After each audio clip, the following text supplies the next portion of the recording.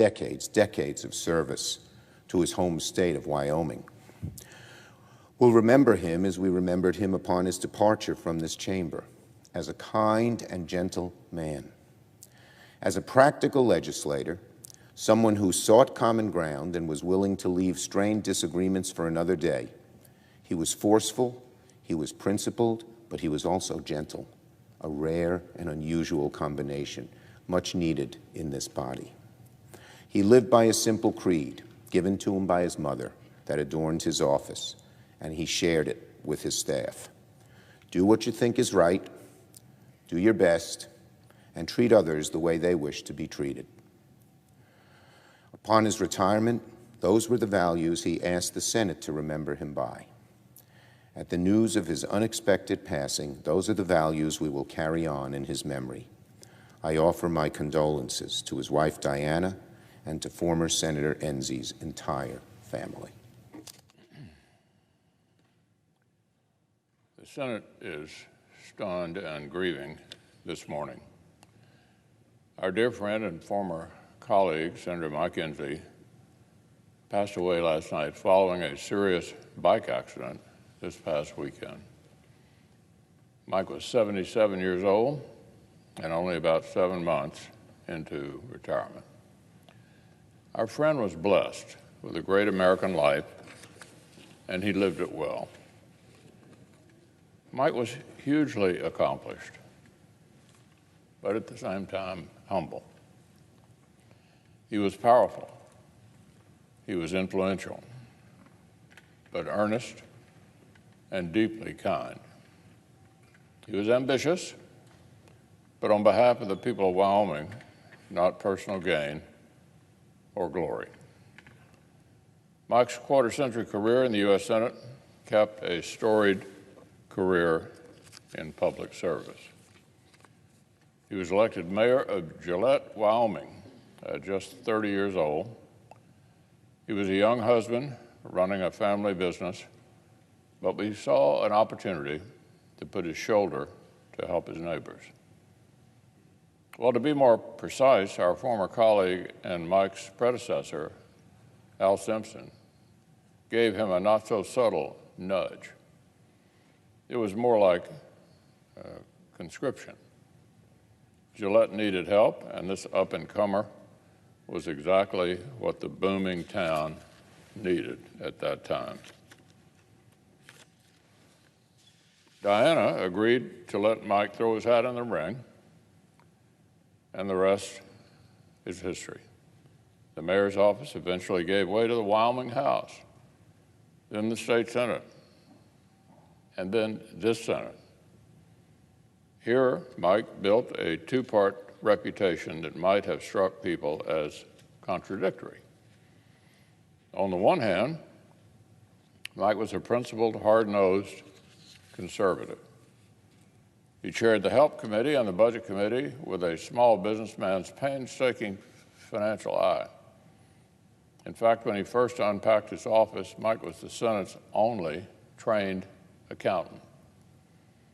He was central to getting generational tax reform off the starting blocks. He was a policy leader in our conference. But at the same time, this principal Westerner was also universally known as one of the kindest, most thoughtful, most respectful senators on either side of the aisle. Mike's famous 80-20 rule helped him find bipartisan common ground on a long list of significant issues. I know he was particularly proud of his focus on the global fight against AIDS. On the Help Committee, Mike cut important deals with his counterpart and ideological opposite, Ted Kennedy. Neither senator walked away from his principles. They just wanted to find where those principles actually fit together. Mike's policy wins were many. But at the end of the day, Mike knew what everyone else around here knew.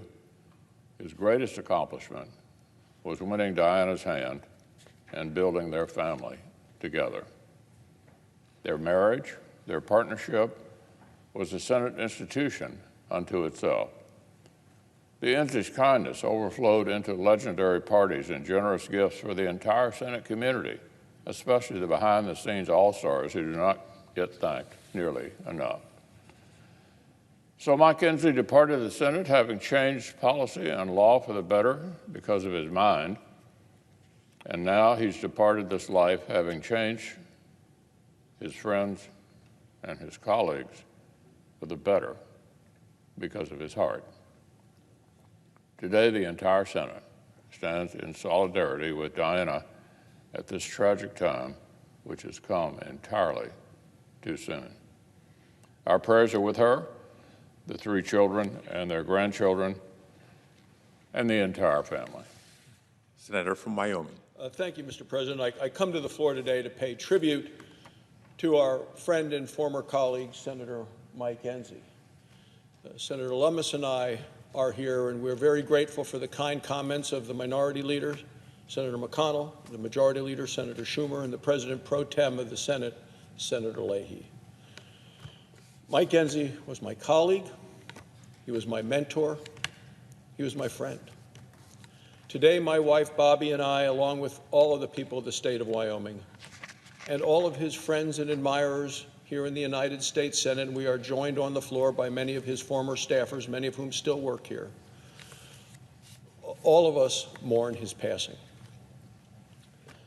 For nearly a quarter of a century, Mike Enzi represented the people of Wyoming in this very body in the United States Senate. And in so many ways, as we served as a team when Cynthia Lummis was in the House and Mike and I were in the Senate, he was our trusted trail boss for our entire congressional delegation. He served with intelligence, with dignity, and with grace. He never wavered. His commitment was to God, to his family, to country, to Wyoming. It was an incredible honor and a great privilege for my wife, Bobby, and for me to serve the people of Wyoming alongside Mike Enzi and his wife, Diana. Mike was born in the middle of World War II. He was in Washington State at the time because that's where his father was stationed. After the war, the family moved back to Thermopolis, Wyoming, my wife's hometown, and then to Sheridan, Wyoming. As all of us know, Mike was an Eagle Scout. So was his son Brad and his grandson Trey. They followed in his footsteps.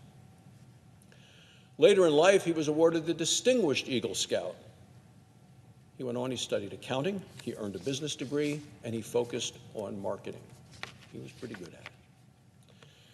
He served in the Wyoming Air National Guard, and he was 6 years a tech sergeant.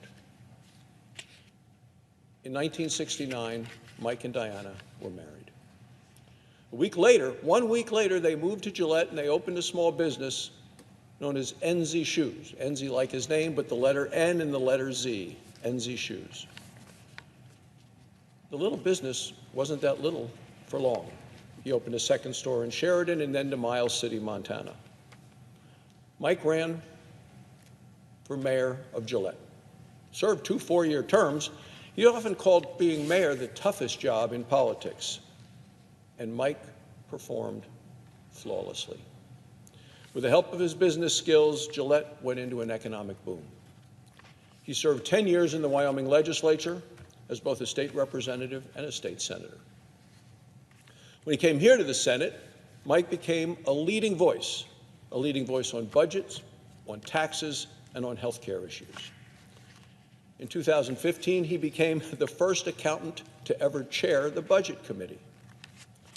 He brought to Washington the valuable lessons that he had learned in the Wyoming legislature, and he put them to use right here.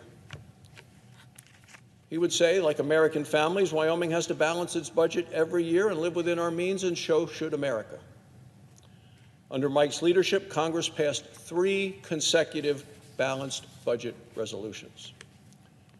During his time as chairman, Congress also passed the largest tax cuts and reforms in a generation, and those tax cuts gave us the best economy of our lifetimes. Mike also chaired the Health, Education, Labor, and Pension Committee in the Senate. As chairman, he spearheaded the most significant pension reform in 30 years. Mike's legacy in the United States Senate also includes improving mine safety, helping end the AIDS epidemic in Africa, passing mental health parity. His highest priority, of course, was always helping the people of Wyoming. Over his 24 years in office, Mike and his capable staff helped the people of Wyoming through more than 15,000 pieces of casework. They helped veterans get the benefits that they had earned. They helped seniors get Social Security. They helped people become naturalized citizens. When he announced his retirement, he said, "I am an advocate for Gillette and Campbell County and Wyoming." He said, "Everyone lives at the local level. No one lives at the federal level or even the state level." He said, "Diana and I are your Chamber of Commerce and your economic development people for every town and county in Wyoming all the time." Mike started several annual events in Wyoming to boost Wyoming. One was the Inventors Conference, another the Procurement Conference, and then Wyoming Works Tour. In 2009, Mike and I started Wyoming Wednesdays. This is when people from around Wyoming come to Washington and we get together, our delegation, for coffee, for donuts, and for fellowship. We're proud to continue the tradition today. Above all, Mike was a moral leader in the Senate. He taught Sunday school for decades, and he learned from the best. Mike's first Sunday school teacher was in Thermopolis, Wyoming, and his teacher was my wife Bobby's mother, Geraldine Brown. And Mike Enzi was her star pupil. She actually gave Mike his first Bible. Well, that benefited all of us, because decades later, Mike Enzi became a leader of our bipartisan Senate prayer breakfast. As a member of that group, I saw firsthand how Republican and Democrat senators looked to Mike Enzi for moral and ethical guidance. He was a guiding light. On my first day in the Senate, Mike gave me this book. It's called One Quiet Moment, and it's a daily prayer devotional. This is how he inscribed it in 2007. He said, "John, here's a book that has helped me through 11 years of the Senate." He said, "It's amazing how often the message of the day relates to what's going on in my life." He said, "These messages provide strength." Mike Enzi, June 2007. So the message of the day provides strength. So let us turn to July 27th, today. And the message is from Philippians. And the message is 3 words: I press on. The message of today: I press on. It goes down to the bottom and it says, "My steps forward today may be small, but at least they are steps off dead center. Keep me moving, Lord." It is Mike's message through this book for us to press on.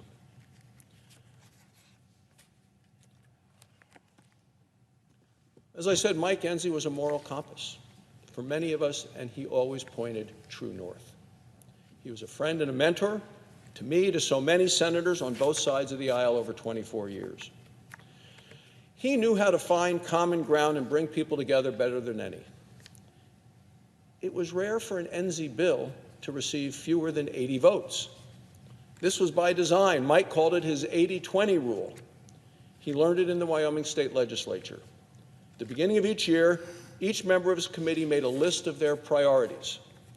Most years, there was bipartisan agreement on 80% of the priorities. Mike Enzi would then focus on that 80% on which they agreed, and he would leave out the 20% on which they disagreed. As a result of this approach, Mike Enzi wrote more than 80 bills, which were signed into law by 4 different presidents of the United States, 2 Republicans and 2 Democrats. And I was proud to co-sponsor many of those bills with him here in the Senate. Yet for all of Mike's achievements in business and in government, we will miss him most as a friend. Following his retirement, Mike did an interview with Wyoming Public Broadcasting. He said there wasn't much he would miss about Washington, D.C. He said it was the people that he would miss the most. Mike had a dedicated, hardworking, and loyal staff. Some of them returned to Wyoming, others still serve in this body today, and a number have joined us on the floor. Mike gave much of the credit for his success to these folks, and I know they are all feeling a huge loss today. Mike used to say there aren't many things better than being a senator from Wyoming, but he used to joke, two of them are fly fishing and being a grandfather. Mike had a great love of nature, which is easy when you live in Wyoming. Mike was an accomplished and an avid fly fisherman. In fact, in August of 2015, he achieved every fly fisherman's dream. He completed something known as Wyoming's Cut Slam. This is a Wyoming game and fish department program which increases appreciation for our native cutthroat trout.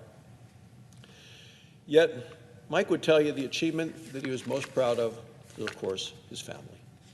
He's survived by his wife, Diana, his children, Amy, Emily, and Brad, and his grandchildren, Megan and Allison, Trey, and Lily. When he retired earlier this year, Mike said, "None of this would have happened without Diana. The best thing that ever happened to me," he says, "is when she said she would marry him." Diana's a wonderful person. She used to host an annual Christmas cookie party here in the Senate. She did it to say thank you to all of those that she called the real workers, the janitors, the cleaning crew, the electricians, the police officers, the food service workers, and her staff. Every year, Diana and her friends bake hundreds of dozens of cookies. My wife, Bobby, often joined in the cooking. Literally thousands of cookies, all varieties, and all made with loving care. It was so popular around here that people used to walk up to Diana and Mike in the hallway and ask, "When's the party?" It's been a tremendous privilege for my wife, Bobby, and me to serve for 13 years with Mike and Diana, representing Wyoming in the United States Senate. The people of Wyoming will always be extremely grateful for his decades of faithful, tireless service. May God bless the memory of Mike Enzi. May God comfort his family during this extremely trying time. And may God continue to bless the state of Wyoming. Thank you, Mr. President. Senator from Wyoming. Today, Wyoming mourns the loss of a gentle giant, Mike Enzi. Mike spent his life working to make Wyoming a better place while creating opportunities for our people. As the mayor of Gillette, a state legislator, or as a U.S. senator and senior statesman, Wyoming has had no greater champion than Mike Enzi. He always put Wyoming first and worked harder than anyone to serve his constituents. Growing up, Mike's dad would say, "I don't care if he's a doctor or a lawyer or a ditch digger. I just want him to be proud of what he does. If he's a ditch digger, I want any darn fool to be able to look at that ditch and say, 'That's a Mike Enzi ditch.'"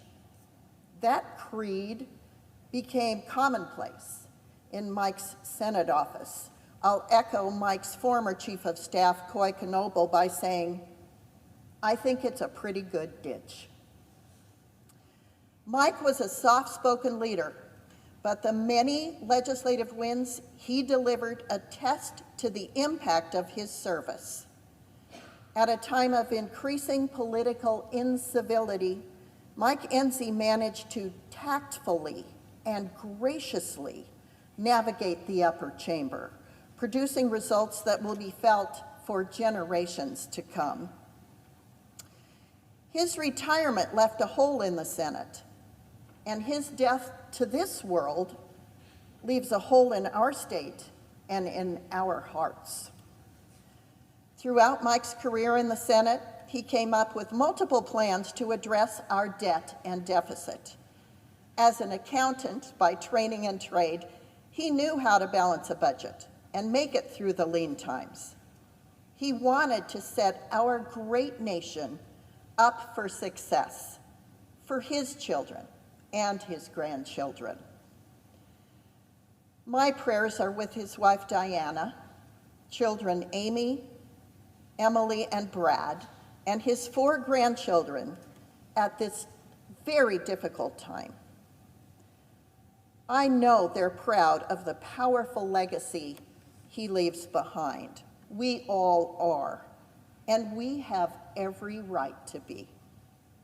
To me personally, he was more than just our senior senator. I've known Mike since the early 1980s, and over the last 40 years, he's been my personal friend and, as John Barrasso said, mentor.